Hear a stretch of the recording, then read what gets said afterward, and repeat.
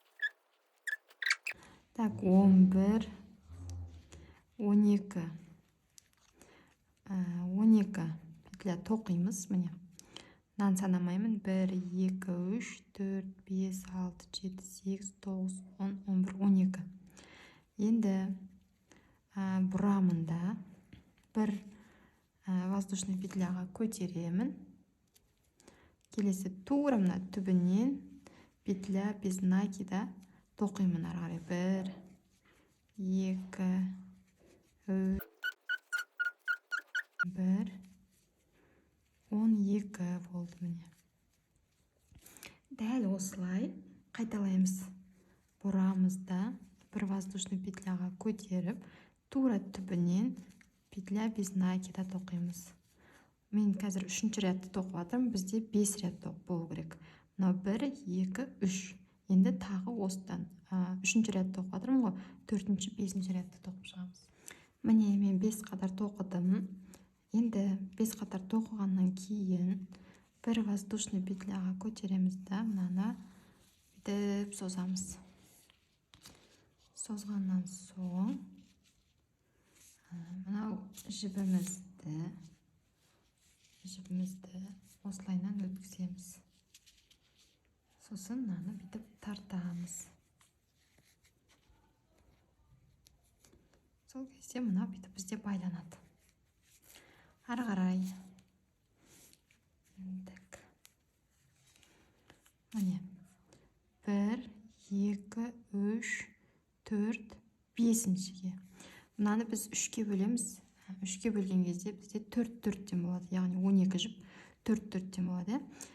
Тура түбінен санайсыңдар. 1, 2, 3, 4, 5-шіден күрчогымызды өткізіп, жұмыс жібімізді іліп шығарамыз да. Мынау бізде бос болу керек. Мынаумен бірдей болу керек размері. Осылайнан шығарып, бір воздушный петляға көтереміз. Міне. Кеттік ары қарай. 1, 2, 3, 4.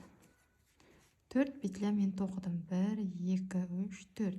Мына жақта менде тағы да 4 петля қалу керек. 1, 2, 3, 4. Енді келесі петлядан біз күрчогымызды өткіземіз, жұмыс жібін шығарамыз. Ары қарай тоқымаймыз. Одан кейінгі петлядан тағы да күрчогымызды өткізіп, жұмыс жібімізді тоқимыз, шығарамыз. Бізде күрчогымызда 3 жіп болды. Осы 3 жіпті қосып 1 жіп жасаймыз. Яғни біз қысқарттық. Ары қарай ешқандай да воздушный петляға көтермейміз. Бұлай қарай бұрамызда тоқымамызды. Мына жерге тоқымаймыз. Біріншісін тастап кетеміз. Ары қарай екіншісінен 1, 2, 3, 4. Мына жерде бүресіп бар бізде. 4-еуін тоқып алдық. Енді мынаны санамаймыз. Ары қарай мына жақта бізде тағы да 4 петля қалды. Міне мына жерде уже мынау біздің бір жібіміз тұр. 1, 2, 3, 4-еу бар. Енді біз осының біріншісінен, екіншісінен дәл жаңағындай ғой. Мінекей. Мынаған тиіспейміз. Келесіден бір жібімізді тартып шығарып аламыз. Одан кейінгіден тағы да тартып шығарамыз. Сонда бізде күрчогымызда 3 жіпті бірге тоқимыз. Воздушный петляға көтермейміз, тоқымамызды бұрамыз. Ары қарай тағы да мынаны тоқымаймыз. Келесі 1, 2, 3. Мына жерде бізде жаңағы тоқымай кеткен жеріміз 4 болады. Енді тағы да бізде мына бетінде қалды 2 жіп. Мынау уже занято. Бұл уже мынау алып қойды, бұл орынды, бос емес. Ары қарай міне 1, 2 жіп қалды. Тағы да жұмыс жібімізді, күрчогымызды саламыз, жұмыс жібін іліп шығарамыз. 2 болды, тоқымаймыз. Одан кейінге тағы да күрчогымызды саламыз, жұмыс жібін шығарамыз. 3 болды. Осы 3-еуін біріктіріп қысқартамыз. Тоқымамызды бұрамыз. Мынаны тоқымаймыз. Келесіден 1, 2, 3, 4-еуін тоқып аламыз. ары қарай тағы да мына жақта бізде қалды, иә, 2 жіп қалды. Мынаны санамаймыз. 1, 2. Жаңағындай күрчөгімізді кіргіземіз, жұмыс жібін іліп шығарамыз. Одан кейінгі жіпке тағы да күрчөгімізді кіргіземіз, жұмыс жібін іліп шығарамыз. Енді осы жерден жаңағы бір петля қылып қысқартып аламыз. Ары қарай бір воздушный петляға көтереміз. Бір воздушный петляға көтереміз, сосын мынаны сәл тартып, мына жібімізді қиып тастаймыз.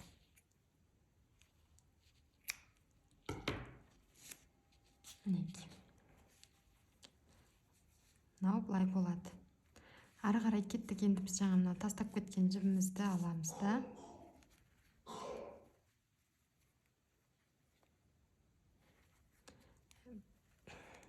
Бір, 2 воздушный петляға көтереміз. Ары қарай кеттік. Бағанағындай тоқи береміз енді. Күрчөгімізге накид іліп, тура түбінен біреу.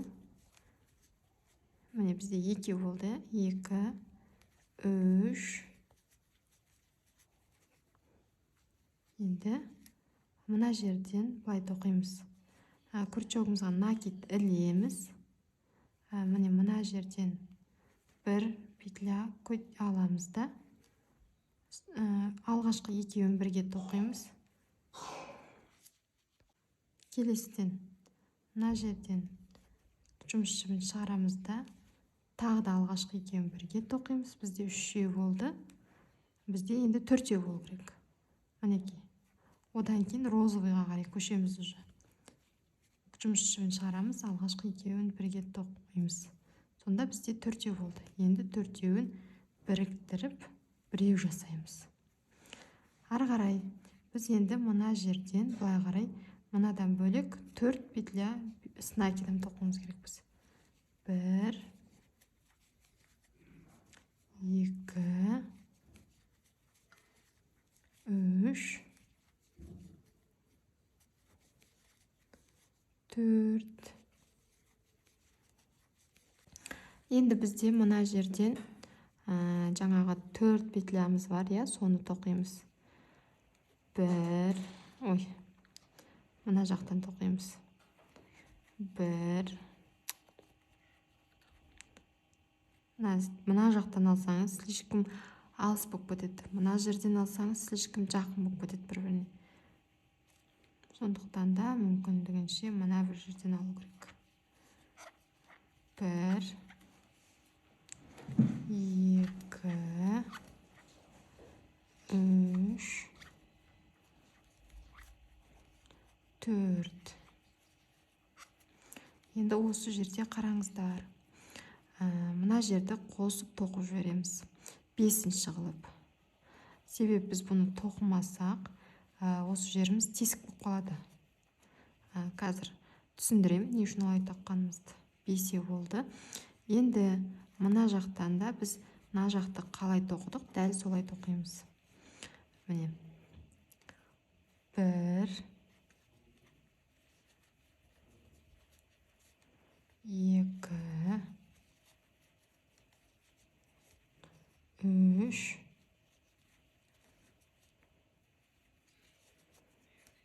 4. 4-еу тоқыдық. Енді 5-шісі ол бізде былай кетеді. Жаңағындай қысқартамыз. Мына жерден біреу аламыз. Алғашқы екеуін тоқимыз. Соңына дейін тоқымаймыз. Келесі мынау болды. Алып тастасақ болады, былай қарай. Тура мынау розовый жіптің шыққан жерінен тағы да бір жұмыс жібін шығарамыз да, алғашқы екеуін тоқимыз. До конца тоқымаймыз. Одан кейін уже жасыл жіптен аламыз. Алғашқы екеуін тоқимыз. Сосын қалған 4-еуін бірге тоқимыз. Енді ары қарай, как обычно, тоқып кете береміз.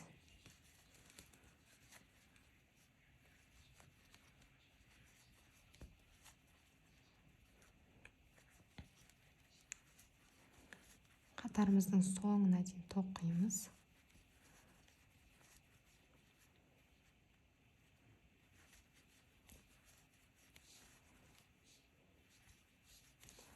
Енді қараңыздар. бізде мына жерде жібіміз артық шығып қалуы мүмкін. Мына жерге дейін келдік. Егерде қазір біз мына жерді тоқитын болсақ, жаңа біз мына жақта қосқан 5-ші жібіміз мынау бізде 24 болды ғой. Сонымен қосқан кезде 25 болып кетуі мүмкін. Сол себептен де мына жерді біз тоқымаймыз. Екі басын жұмысымыздың аяғы мен соңын қосамыз осы жерден. Сонда бізде 24 жіп болды былай қарай.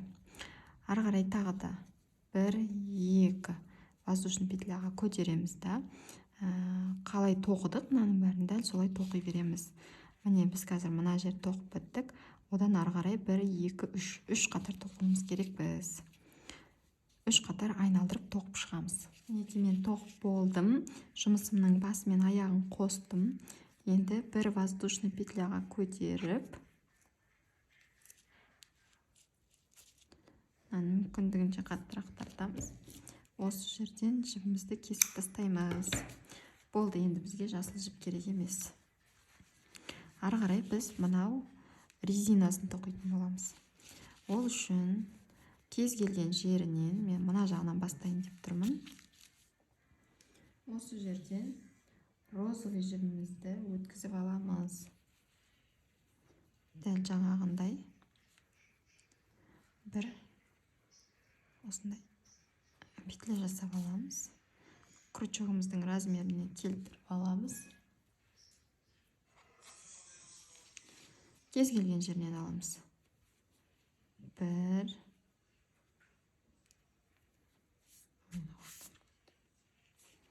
Кез келген жерінен алып, жібімізді өткіземіз осылайынан. Ары қарай. Бір. 2 воздушный петляға көтереміз. Кәдімгідей мынаны қалай тоқыдық, дәл солай тоқып кете береміз. Бір қатар тоқып шығамыз. Мына жібімізді бірге қосып тоқып жібереміз. Қатарым соңына дейін тоқып біттім. Жұмысымыздың басы мен аяғын қосамыз. Енді 1-2 воздушный петляға көтеріп, келесі мынау бізде міне воздушный петляның ряды. Оған теспейміз. Бір накид жасаймыз да, мынаның мына воздушный петлядан кейінгі мына жерден крючогымызды кіргізіп, келесіден бүйтіп шығарамыз да, бір петля с накидом тоқимыз.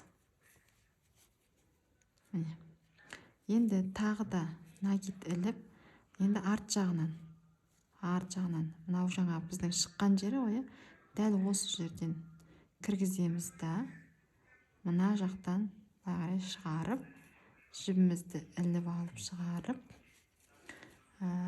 петля с накидом тоқимыз. Дәл осылай қайталаймыз. Бірінші мына жерден кіргіземіз, мына жақтан шығарамыз. Бір петля с накидом тоқимыз. Келесіне енді керісінше істейміз.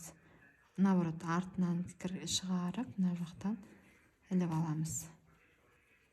Мына жақтан тура жаңағы жібіміздің шыққан жерінен қайтадан кіргіземіз. Осылайынан қатардың соңына дейін қайталаймыз. Екі жіпті қайталап отырамыз. Бірінші алдынан саламыз, екінші артынан салып отырамыз осылайынан. Арт жағынан шығарып, бұлай іліп аламыз. Бұлай тоқу үшін бізде жаңағы жібіміздің саны жұп болу керек, жұп сан болу керек. Қатардың соңына дейін тоқып шығамыз. Қатарымның соңғы жағына келдім. Бізде қатарымыз осылай алды жағынан біту керек. Енді мына біздің міне воздушный петлямыз. Осы воздушный петляның екеуін жұмысымыздың басы мен аяғын біріктіреміз. Тағы да 1-2 воздушный петляға көтеріп, енді уже осы жерде белгілі болып тұр, көрініп тұр, я. Мынау бізде алдыға қарай шығып тұрған, демек біз бұны алды жағынан алып, осылай алды жағынан кіргізіп, петлямызды тоқимыз. Ал мынау уже арт жағында тұр. Бұны демек арт жағынан тоқимыз. Ары қарай уже оңай болады. Мынау келесі алдынан тұр. Алды жағынан, анау арт жағынан.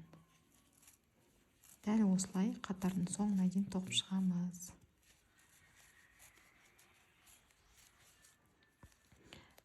Біттім. Жұмысымның басы мен аяғын қосамын.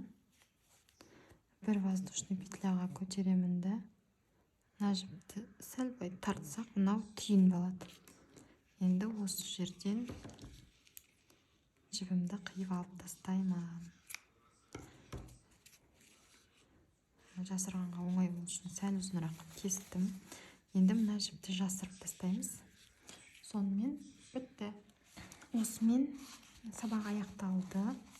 Видео ұнаған болса, лайк басып, комментарий жазып кетіңіздер. Және де каналыма тіркелуді ұмытпаңыздар. Себебі бұдан да бөлек неше түрлі видеолар шығатын болады.